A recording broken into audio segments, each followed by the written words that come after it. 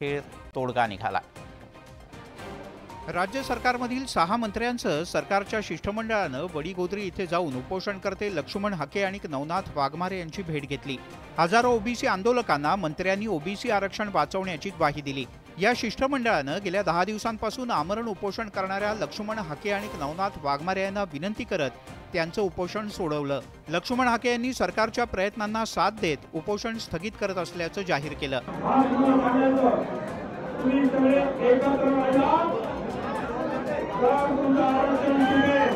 Action taken report हा आम्हाला जोपर्यंत मिळणार नाही तोपर्यंत आम्ही हे आंदोलन थांबवणार नाही। हे आंदोलन स्थगित झालेलं आहे। त्यांनी शासनाच्या शिष्टमंडळाला मान देऊन त्यांनी उपोषण मागे घेतलेलं आहे। त्यांना मी धन्यवाद। लक्ष्मण हाके आणि नवनाथ वाघमारे यांचं उपोषण अखेर सुटल्यानं सरकारला सुद्धा दिलासा मिळाला आहे। मंत्रिमंडळाच्या शिष्टमंडळानं वडीगोद्रीत जाऊन आंदोलक हाके यांची भेट घेतली। यावेळेला मंत्री छगन भुजबळ यांनी ओबीसी आंदोलनाच्या अनेक मुद्द्यांवर आपली भूमिका स्पष्ट केली। आम्ही कोणाच्या बापाला घाबरत नाही असं भुजबळ म्हणाले। त्यासोबतच जातनिहाय जनगणना झालीच पाहिजे अशी मागणी भुजबळ यांनी केली। सर्व ओबीसींनी एकत्र येत ओबीसींचं आरक्षण टिकवलं पाहिजे असंही भुजबळ म्हणाले। लक्ष्मण हाके यांची भेट घेत असताना छगन भुजबळ यांनी जरांगे यांच्यावर जोरदार निशाणा साधला।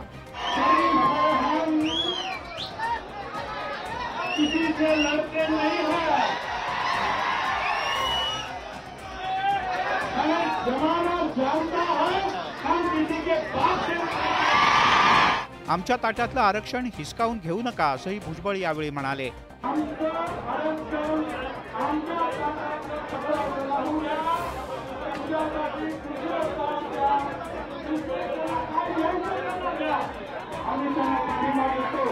आरक्षण हा गरिबी हटवण्याचा कार्यक्रम नसल्याचंही भुजबळ यांनी स्पष्ट केलं।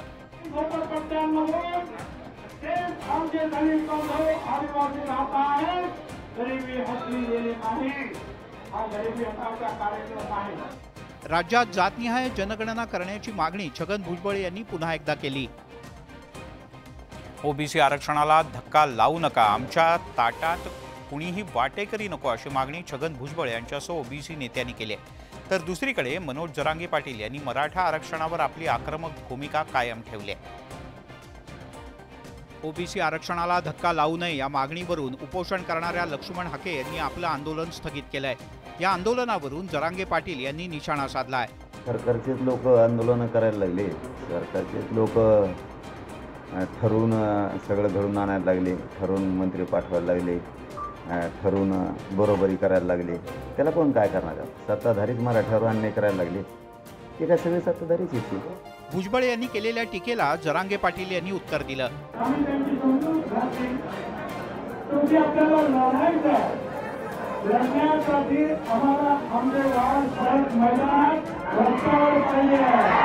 शेवटी आता त्याचे वाघ आहेत तर आमचे कुणीतरी असतेनच ना।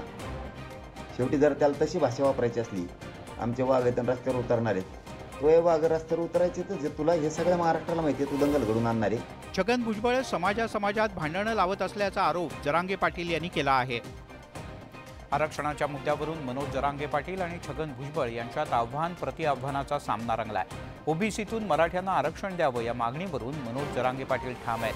ओबीसी आरक्षणाला धक्का लावू नये अशी आक्रमक भूमिका छगन भुजबळ यांनी घेतली आहे। ओबीसी आंदोलनासाठी छगन भुजबळ हेच सर्व काही पुरवत आहेत असा आरोप मनोज जरांगे पाटील यांनी केला। तुमचं राजकीय करिअर उद्ध्वस्त नाही केलं तर नाव बदलेन असा इशाराही मनोज जरांगे यांनी दिला होता। जरांगे यांच्या या आव्हानाला छगन भुजबळ यांनी प्रत्युत्तर दिलंय। शाळा करतो बदल राजकीय करिअर मधून नाही उठलेला ना तर नाव बदलून ठेव, तू किती पळतो बघतो मी। काय चालवणं पुढे नेणं किंवा संपवणं हे आमच्या पक्षांच्या हातात आहे, पार्टीच्या हातात आहे, पण त्याचबरोबर ते जनतेच्या हातात आहे, लक्षात ठेवा। सगळे सोयऱ्यांची अंमलबजावणी न केल्यास ते सरकारला जड जाईल असंही जरांगे म्हणाले होते। यावर भुजबळ यांनी प्रत्युत्तर दिलं। जातीवादी नाही, आमचं चाललंय बरोबर चाललंय, सगळ्या सोयरीची अंमलबजावणी सरकारला करावी लागणार आहे। सरकारने नाही केली, सरकारला मराठीची नाराजी परवडणार नाही। ठीक आहे ना, घरी बसवा ना। छगन भुजबळला घरी बसवलं तरी छगन भुजबळ जे आहे हा ओबीसीचा मुद्दा रस्त्यावर का होईना पण लढत राहणार आहे। आरक्षणाच्या मुद्द्यावरून मनोज जरांगे पाटील आणि छगन भुजबळ पुन्हा एकदा आमने-सामने आले आहेत। प्राध्यापक लक्ष्मण हाके यांनी सरकारच्या शिष्टमंडळाशी केलेल्या चर्चेनंतर उपोषण स्थगित केलं। ओबीसींच्या प्रश्नावरून लक्ष्मण हाके यांनी केलेल्या उपोषणाचं पंकजा मुंडे यांनी कौतुक केलं। हाकेंवर पुन्हा एकदा उपोषणाची वेळ येऊ नये अशी अपेक्षा सुद्धा पंकजा मुंडे यांनी व्यक्त केली। मराठा समाजाला सरसकट ओबीसी आरक्षणाचा लाभ देण्याविरोधात आता ओबीसी समाज एकवटल्याचं पाहायला मिळतंय। ओबीसी नेत्यांनी सुद्धा आता उघडपणे हाके यांची बाजू घेतल्याचं दिसतंय। भाजपच्या राष्ट्रीय सरचिटणीस आणि ओबीसी नेत्या पंकजा मुंडे यांनी हाके यांच्या आंदोलनाची स्तुती करत हाके यांच्या विरोधकांना टोला लगावलाय। आंदोलन कसं करावं, सालस अभ्यासपूर्ण भावनांना हात घालताना, मुद्दा मांडताना घटनेबद्दल आदर ठेवणं शिकायचं असेल तर वडीगोद्रीमध्ये पहा, वाह रे वाहा, असं ट्विट पंकजा मुंडे यांनी केलंय। दरम्यान हाके यांच्या विरोधात सातत्यानं टीकेची झोड उठवणारे मराठा उपोषणकर्ते मनोज जरांगे यांनी पंकजा यांच्या भूमिकेवर निशाणा साधल्याचं पाहायला मिळत आहे की माझा समाज आणखीन जागृत झाला। जर हे ओबीसीचे नेते जात असतील तर आपण सुद्धा आता गावखेड्यातून एक झाला पाहिजे। एकंदरीतच लोकसभा निवडणुकांच्या आधी आरक्षणाच्या वादापासून काहीशा दूर असलेल्या अनेक ओबीसी नेत्यांनी आता थेटपणे हाके यांची पाठराखण केल्याचं पाहायला मिळत आहे। ओबीसी नेत्यांच्या मध्यस्थीनं हाके यांचं उपोषण सुद्धा बऱ्याच अंशी यशस्वी झाल्याचं चित्र आहे। लक्ष्मण हाके यांच्या आंदोलनाला पाठिंबा देण्यासाठी राज्याच्या विविध भागात ओबीसी समाज रस्त्यावर उतरला। राज्याच्या अनेक भागात रास्ता रोको करण्यात आला। ओबीसी आरक्षणाला धक्का लावू नये अशी आग्रही मागणी ओबीसी समाजाच्या वतीनं करण्यात आली। लक्ष्मण हाके यांच्या उपोषणाला पाठिंबा देण्यासाठी बीड केज लातूर राष्ट्रीय महामार्गावर डोनगाव फाटा इथे ओबीसी समाजानं आंदोलन केलं। यावेळी रस्त्यावर टायर जाळून रास्ता रोको करण्यात आला। यावेळी आंदोलकांनी जोरदार घोषणाबाजी सुद्धा केली। अहमदपूर अहमदनगर राष्ट्रीय महामार्गावर बीडच्या पिंपळगाव घोळवे इथे ओबीसी समाजानं रस्त्यावर टायर जाळून रास्ता रोको आंदोलन केलं। यावेळी शेकडो ओबीसी बांधव रस्त्यावर उतरले होते। आंदोलनाची दखल न घेतल्यास याहीपेक्षा तीव्र आंदोलनाचा इशारा ओबीसी बांधवांनी दिलाय। लक्ष्मण हाके यांच्या आंदोलनाला पाठिंबा देण्यासाठी बीडच्या आष्टी तालुक्यात खिळद इथे ओबीसी समाजाने रॅली काढली। ओबीसी आरक्षणाला धक्का लावू नये अशी मागणी यावेळी करण्यात आली। बारामतीतल्या डोरलेवाडीत ओबीसी बांधवांनी बारामती वालचंद नगर रोडवर रास्ता रोको केला। यावेळेला ओबीसी बांधवांनी रस्त्यावरतीच ठिय्या आंदोलन केलं। धाराशिवमध्ये ओबीसी नेते लक्ष्मण हाके यांच्या आंदोलनाला पाठिंबा देण्यासाठी जिल्ह्यातील गोविंदपूर इथे सकल ओबीसी समाजाकडून आमरण उपोषण करण्यात आलं। मनोज जरांगे पाटील हे मराठा आरक्षणाच्या मागणीवर ठाम आहेत। आमच्या कुणबी नोंदी खोट्या नाहीत, त्या रद्द करणं तुम्हाला पेलवणार नाही असा इशारा जरांगे पाटील यांनी दिलाय। मराठा आरक्षणासाठी लढा कायम ठेवणार असल्याचा निर्धार सुद्धा त्यांनी व्यक्त केला। ओबीसी शिष्टमंडळ आणि सरकारमध्ये काल बैठक पार पडली। या बैठकीत चुकीच्या पद्धतीनं ज्या कुणबी नोंदी झाल्या आहेत त्या रद्द कराव्यात अशी मागणी करण्यात आली। यावर जरांगे पाटील यांनी प्रतिक्रिया दिली आहे। आमची एकही खोटी नाही, तरी तुम्ही त्यांचं ऐकून जाणून बुजून आमच्यावरती काय म्हणते त्याला ती कारवाई करणार। कारण जशा केसेस खोट्या केल्या तुम्ही लाखो पोरांवरती मराठ्यांच्या, तसे तुम्ही आमच्या नोंदी सापडलेल्या असूनही त्या खोट्या ठरविणार। राज्य सरकारला मनोज जरांगे पाटील यांनी इशारा दिलाय। याच्यासारखं आम्ही खात नाही सगळ्या दिवस, त्यामुळे सरकार आमच्यावर अन्याय करणार नाही। सरकारने जर तसं केलं तर सरकारला मागात पडेल। सरकार जर पुन्हा पहिल्यासारखंच करायला लागलं, आम्हाला त्यांची गरज आहे, तर पुन्हा सरकारचे हाल होणार। जरांगे पाटील यांनी यावेळी भुजबळ यांच्यावर निशाणा साधलाय। या छगन भुजबळला धनगर बांधवातून मराठ्यात भांडण लावायचं हे काम तो करणार। मराठा आरक्षणासाठी लढा कायम ठेवणार असल्याचं जरांगे पाटील यांनी म्हटलंय। मराठा समाजाला एकी ठेवण्याचं आवाहन सुद्धा जरांगे पाटील यांनी केलं। अमरावतीमध्ये खासदारांच्या संपर्क कार्यालयावरून राजकारण तापलं। अमरावतीत सर्वसामान्य जनता खासदारांना भेटता यावं यासाठी जिल्हाधिकारी कार्यालय परिसरात खासदारांचं संपर्क कार्यालय बांधण्यात आलं। मात्र याच कार्यालयावरून राजकारण तापलंय। काँग्रेसचे खासदार बळवंत वानखेडे आणि यशोमती ठाकूर यांनी आक्रमक भूमिका घेत या कार्यालयाचा ताबा घेतला। नवनीत राणा यांना पराभूत करणारे काँग्रेसचे खासदार बळवंत वानखेडे यांनी कार्यालय ताब्यात मिळावं अशी मागणी केली होती। मात्र हे कार्यालय ताब्यात देण्यास चालढकल केली जात असल्याचा आरोप काँग्रेसच्या नेत्यांनी केलाय। यावरून काँग्रेसच्या नेत्यांनी आक्रमक पवित्रा घेतला। आमच्यावर गुन्हे दाखल करा, खासदारांवर आणि आमदारांवर, आम्ही ऑफिस तुम्हाला सांगून ताब्यात घेतो। तुम्हाला गुन्हे दाखल करायचे तुम्ही गुन्हे दाखल। अखेर यशोमती ठाकूर आणि बळवंत वानखेडे यांनी कार्यालयात कुलूप तोडून हे कार्यालय ताब्यात घेतलं। जिल्हाधिकाऱ्यांवर खूप प्रेशर सगळेजण करतात जे सत्तेत आहे ते, आणि त्यांना आणि कमिशनरांना पण काम करू देत नाही असा माझा मागच्या 1 वर्षाचा अनुभव आहे। कॅबिन द्यायला पाहिजे होती, कलेक्टरना असा पक्षपात करू नये एका खासदारासोबत अशा प्रकारचा जिल्हाधिकारी वागत असेल तर त्याचा आम्ही निश्चित करतो. अमरावतीची निवडणूक आरोप प्रत्यारोपांनी गाजली होती. यानंतर आता अमरावतीत खासदारांच्या संपर्क कार्यालयावरून राजकारण तापलंय. नुकत्याच पार पडलेल्या शिवसेनेच्या वर्धापन दिन सोहळ्यात उद्धव ठाकरे यांनी महायुतीच्या नेत्यांवर घणाघाती टीका केली होती. यावेळी उद्धव ठाकरे यांच्या निशाण्यावर बंधू राज ठाकरे सुद्धा आले होते. मनसेनं लोकसभेत महायुतीला दिलेल्या बिनशर्त पाठिंब्यावरून उद्धव ठाकरे यांनी पक्षाच्या वर्धापन दिन सोहळ्यात मनसेला टोला लगावला होता. यावरून मनसे आणि ठाकरेंच्या पक्षात जुंपली आहे. केवळ उद्धव ठाकरे नको म्हणून त्यांना बिनशर्त पाठिंबा दिला. बिनशर्ट, अरे उघड पाठिंबा म्हणजे बिनशर्ट. उद्धव ठाकरे नको, मी हा बघा शर्ट काढला, बिनशर्ट पाठिंबा देतो तुम्हाला उघड. वरळीत त्यांना जेव्हा बिनशर्त पाठिंबा दिला तेव्हा त्यांना काही वाटलं नाही. तेव्हा तो घेतला, मुलाला आमदार बनवलं. त्याच्यामुळे मला वाटतं की ह्या गोष्टी आपण विसरलो नाही पाहिजे. आपल्या विरोधात कोणीही वरळीतून उतरत असेल तर उतरू द्या असं सांगत आदित्य ठाकरे यांनी विरोधकांवर निशाणा साधला. काही पक्ष सुपारी घेण्यातले पक्ष आहेत, त्यांच्याकडे आम्ही जास्त लक्ष देत नाही, पण नक्कीच सगळ्यांनी तिथे लक्ष घालावं, कारण मेसी आणि रोनाल्डोच्याच विरुद्ध सगळे उतरतात, बाकी कोणाच्या विरुद्ध उतरत नाहीत. डर अच्छा आहे, एवढे लोक मला घाबरतात, चांगली गोष्ट आहे. आगामी विधानसभा निवडणुकीत वरळी विधानसभा मतदारसंघ चर्चेत राहणार एवढं मात्र नक्की. नाशिक शिक्षक मतदारसंघाच्या निवडणुकीत महायुतीमध्ये मिठाचा खडा पडलाय. एकनाथ शिंदे यांच्या नेतृत्वात शिवसेना आणि अजित पवार यांच्या राष्ट्रवादीनं या मतदारसंघात आपापले उमेदवार उभे केलेत. सुरुवातीलाही मैत्रीपूर्ण लढत असल्याचं सांगितलं गेलं होतं, मात्र आता महायुतीतील शिवसेना आणि राष्ट्रवादीचे उमेदवार आमने सामने आले आहेत. नाशिक शिक्षक मतदारसंघासाठी यावेळी चौरंगी लढत होतीये. शिवसेनेचे उमेदवार किशोर दराडे यांच्या प्रचारासाठी मुख्यमंत्री एकनाथ शिंदे मैदानात उतरलेत. आचारसंहिता संपल्यावर शिक्षकांचे सर्व विषय सोडवू असं आश्वासन मुख्यमंत्र्यांनी दिलं. तर युद्ध सुरू झालं असून आता रणांगणातून माघार नाही असं म्हणत आपण निवडणुकीतून माघार घेणार नसल्याचं अजित पवार यांच्या राष्ट्रवादीचे उमेदवार महेंद्र भावसार यांनी स्पष्ट केलंय. किशोर दराडे लोकप्रिय आहेत, एक हक्काचा आमदार म्हणून त्यांचं नावलौकिक आहे आणि त्यामुळे त्यांचा विजय निश्चित आहे. ही पहिली निवडणूक अशी आहे की या निवडणुकीमध्ये मुख्यमंत्र्यांनी स्वतः लक्ष घालून तिच्यामध्ये हस्तक्षेप केलेला आहे. त्यामुळे मला असं वाटतं आहे की माझा विजय हा जवळजवळ आता निश्चित आहे असं मला वाटतं. नाशिक शिक्षक मतदारसंघाची निवडणूक सर्वच राजकीय पक्षांनी प्रतिष्ठेची केली आहे. त्यात कोण बाजी मारणार याकडे शिक्षकांसह राजकीय वर्तुळाचं सुद्धा लक्ष लागलंय. पेपर लीक प्रकरणी देशभरात मोठा गदारोळ झाला. या पार्श्वभूमीवर केंद्र सरकारनं देशात पेपर लीक विरोधात कायदा लागू केला. या कायद्यामुळे स्पर्धा परीक्षांमधील गैरप्रकार आणि अनियमितता रोखता येणार आहे. पेपर लीक प्रकरणी देशभरात गदारोळ झाल्यानंतर केंद्र सरकारनं शुक्रवारी एक कठोर कायदा लागू केला. पब्लिक एक्झामिनेशन ॲक्ट 2024 असं या कायद्याचं नाव असून याची 21 जूनच्या मध्यरात्रीपासून अधिसूचना जारी करण्यात आली आहे. पेपर लीक केल्यास दोषींना 3 ते 5 वर्षांच्या शिक्षेची तरतूद आहे. तसंच दोषींना 10 लाख रुपयांपर्यंतचा दंड सुद्धा ठोठावण्यात येईल. परीक्षा प्राधिकरण, सेवा पुरवठादार आणि इतर कोणत्याही संस्थेसह एखादी व्यक्ती किंवा गटानं संघटित गुन्हा केला तर त्यांना 10 वर्षापर्यंतचा तुरुंगवास आणि दंड 1 कोटी रुपये भरावा लागणार आहे.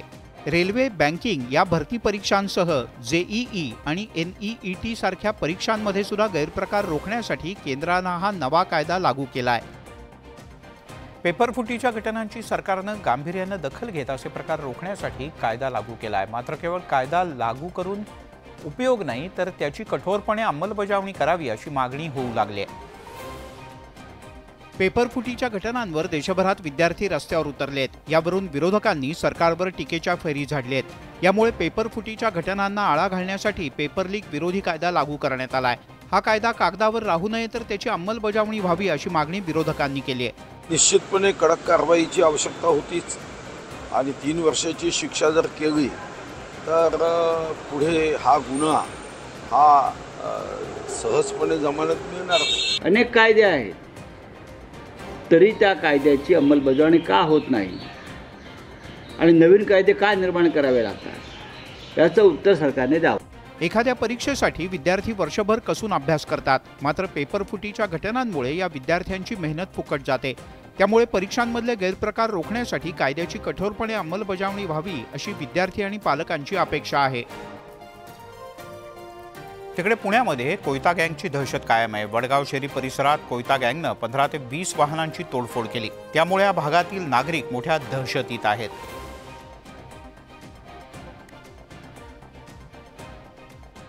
पुण्यातल्या वडगाव शेरी परिसरातील गणेशनगर भागात कोयता गँगनं धुडगूस घातलाय।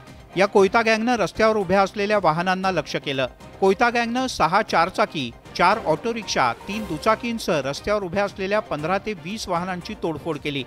अचानक झालेल्या तोडफोडीच्या घटनेमुळे नागरिकांमध्ये भीतीचं वातावरण आहे। दरम्यान गुरुवारी मध्यरात्री पुण्यातल्या सिंहगड रोडवरच्या किरकटवाडी इथे कोयता गँगनं असाच धुमाकूळ घातला होता। 30 ते 40 गुंडांनी एका तरुणावर हल्ला केला। यावेळी या गुंडांनी दगडफेक करत दहशत माजवण्याचा प्रयत्न केला। कोयता गँगची दहशत वाढत असल्यानं पुणेकरांमध्ये भीतीचं वातावरण आहे। या गुंडांना पोलिसांचा धाक राहिला नाही का असा प्रश्न उपस्थित केला जातोय। कोकणामध्ये दरवर्षी मुसळधार पाऊस कोसळतो। कोकणात मुंबईकडे जाणाऱ्या आणि कोकणातून मुंबईकडे येणाऱ्यांसाठी परशुराम घाट हा महत्त्वाचा घाट आहे। परशुराम घाटात दरवर्षी पावसाळ्यात दरड कोसळत असते। 3 दिवसांपासून कोसळणाऱ्या मुसळधार पावसामुळे शुक्रवारी मध्यरात्री मुंबई गोवा महामार्गावर परशुराम घाटातील संरक्षक भिंत आणि मातीचा भराव दरीत कोसळला। त्यामुळे मुंबई गोवा महामार्गावरील परशुराम घाटातील मुंबईच्या दिशेने जाणारी एक लेन बंद ठेवण्यात आली। आज दुसऱ्या दिवशी परिस्थिती जैसे थे अशीच आहे। आता महामार्ग बांधकाम विभागाच्या वतीनं परशुराम घाटातील खचलेल्या मातीचा भराव आणि भिंत अधिक खचू नये यासाठी या भागात प्लॅस्टरिंगचं काम युद्धपातळीवर सुरू झालंय। परशुराम घाटातून कालपासून एकाच मार्गावरून वाहतूक सुरू आहे। एक मार्ग अनिश्चित काळासाठी बंद ठेवण्यात आलेला आहे।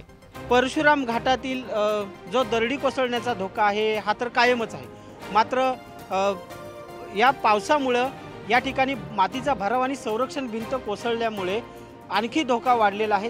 परशुराम घाटातून प्रवास करताना प्रवाशांनी खबरदारी बाळगावी असं आवाहन करण्यात आलंय।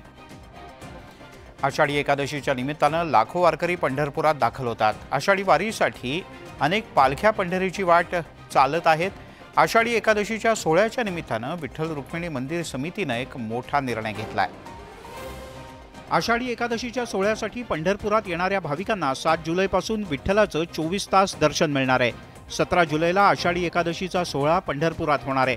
आषाढी वारीच्या निमित्तानं मानाच्या संतांच्या पालख्यांचं प्रस्थानही होत आहे। अशा वेळेला 7 जुलैपासून भाविकांना विठ्ठलाचं 24 तास दर्शन मिळेल। 24 तास दर्शन सुरू झाल्यानंतर विठ्ठलाचे राजोपचार बंद करण्यात येतील। 24 तास दर्शनाच्या काळात नित्यपूजा आणि संध्याकाळी लिंबू सरबत देण्याची परंपरा आहे। हे दर्शन 26 जुलैपर्यंत असणार आहे। 7 जुलैपासून श्री विठ्ठलाचा पलंग काढून 24 तास वारकऱ्यांसाठी सुलभ दर्शन चालू राहते। येत्या 7 जुलैपासून विठ्ठलाचं 24 तास दर्शन भाविकांना घेता येणार असल्यानं पंढरपुरात आषाढी वारीच्या निमित्तानं येणाऱ्या भाविकांना आणि वारकऱ्यांना मोठा दिलासा मिळणार आहे। लाखो वारकऱ्यांसाठी श्रद्धास्थान असलेली तीर्थक्षेत्र आळंदीहून वाहणाऱ्या इंद्रायणी नदीला प्रदूषणाचा मोठा विळखा पडलाय। इंद्रायणी नदीला पडलेला प्रदूषणाचा विळखा सोडवण्याची मागणी नागरिक आग्रहानं करतायत। आषाढी वारी सोहळा अगदी काही दिवसांवर येऊन ठेपलाय आणि कोट्यवधी रुपये खर्च करून नमामि इंद्रायणी सारख्या योजना राबवणाऱ्या यंत्रणांना याही वर्षी इंद्रायणीचं प्रदूषण रोखता आलेलं नाही। लोणावळ्यातून उगम पावणारी ही इंद्रायणी नदी पुढे उजनीत मिसळते। मात्र या प्रवासात या नदीच्या काठावर असलेल्या मोठ्या शहरातील मैला मिश्रित पाणी आणि नदीच्या बाजूला असलेल्या शेकडो कंपन्यांमधील केमिकल मिश्रित पाणी थेट नदीच्या पात्रात सोडलं जातं। ही रडलेली इंद्रायणी जर प्रशासनाला सरकारला दिसत नसेल, लाखो रुपये खर्च करून तिथं उपाययोजना होत नसेल, तर इंद्रायणीच्या धर्माच्या देवाच्या नावाखाली पैसे कमवणारं सरकार हे या पापाचं भागीदार आहे। ते साबणाचं पाणी ह्या दुःखद वेदना आहेत का? साबणाचं जर पाणी असतं तर मग हे पाणी लोकांना त्रास होणारा यास जबाबदार कोण? प्रदूषण नियंत्रण मंडळानं केवळ कागदी घोडे न नाचवता कारवाई करून इंद्रायणी नदीला पडलेला प्रदूषणाचा विळखा सोडवावा अशी मागणी नागरिकांनी केली आहे। केवळ इंद्रायणी नदीच नाही तर राज्यातल्या अनेक नद्यांना प्रदूषणाचा मोठा विळखा पडलाय। भिवंडी शहराजवळून वाढणाऱ्या कामवारी नदीला प्रदूषणाचा जबरदस्त फेस आलाय आणि हे प्रदूषण थांबवावं अशी स्थानिकांची आग्रही मागणी आहे। भिवंडी शहराच्या जवळ असलेल्या कामवारी नदीत जलपर्णींचा विळखा पडलाय। त्यासोबतच या नदीच्या आजूबाजूला असलेल्या डाईंग, सायझिंग आणि केमिकल कंपन्यांमुळे मोठ्या प्रमाणात पाणी प्रदूषित झालंय। या नदीकडे प्रदूषण नियंत्रण मंडळासह महापालिका प्रशासन, लोकप्रतिनिधी आणि स्थानिक ग्रामपंचायतींचं सपशेल दुर्लक्ष झालंय। गेल्या काही दिवसांपासून या नदीत घातक केमिकल सोडलं जातं। विषारी पाण्यामुळे नदीच्या पाण्याला विचित्र फेस आलाय।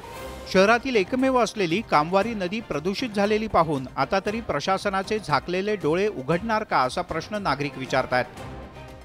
महाराष्ट्र कर्नाटक सीमेलगत असलेल्या येळगुड गावाच्या जवळ एक विचित्र दुर्घटना घडली। ट्रक चालक आणि क्लीनर त्यातून सुदैवानं बचावले। या दुर्घटनेत ट्रक हा थेट रस्त्याच्या शेजारी असलेल्या विहिरीत जाऊन कोसळला। क्रेनच्या सहाय्यानं हा ट्रक आता विहिरीतून बाहेर काढण्यात आलाय। कागलहुपरी रोडवर येळगुडच्या जवळ वाळूनं भरलेला एक ट्रक थेट रस्त्याच्या शेजारच्या विहिरीत जाऊन कोसळला। पावसामुळे या रस्त्याच्या शेजारी पाणी साचलं होतं, तसंच रस्त्या शेजारी असलेली विहीर काठोकाठ भरली होती। वाळूनं भरलेला ट्रक थेट विहिरीत कोसळला। काठोकाठ भरलेल्या विहिरीत ट्रक पूर्णपणे दिसेनासा झाला। सुदैवानं ट्रकचा ड्रायव्हर आणि क्लीनर दोघेही यातून सुखरूपपणे बाहेर आले। त्यांनी याबद्दल माहिती दिल्यानंतर हुपरी पोलीस घटनास्थळी दाखल झाले। यावेळी गावकऱ्यांची सुद्धा मोठी गर्दी जमली होती। यानंतर क्रेन बोलावून हा ट्रक बाहेर काढण्याचे प्रयत्न करण्यात आले। क्रेनच्या सहाय्यानं हा ट्रक कसाबसा बाहेर काढण्यात यश आलंय।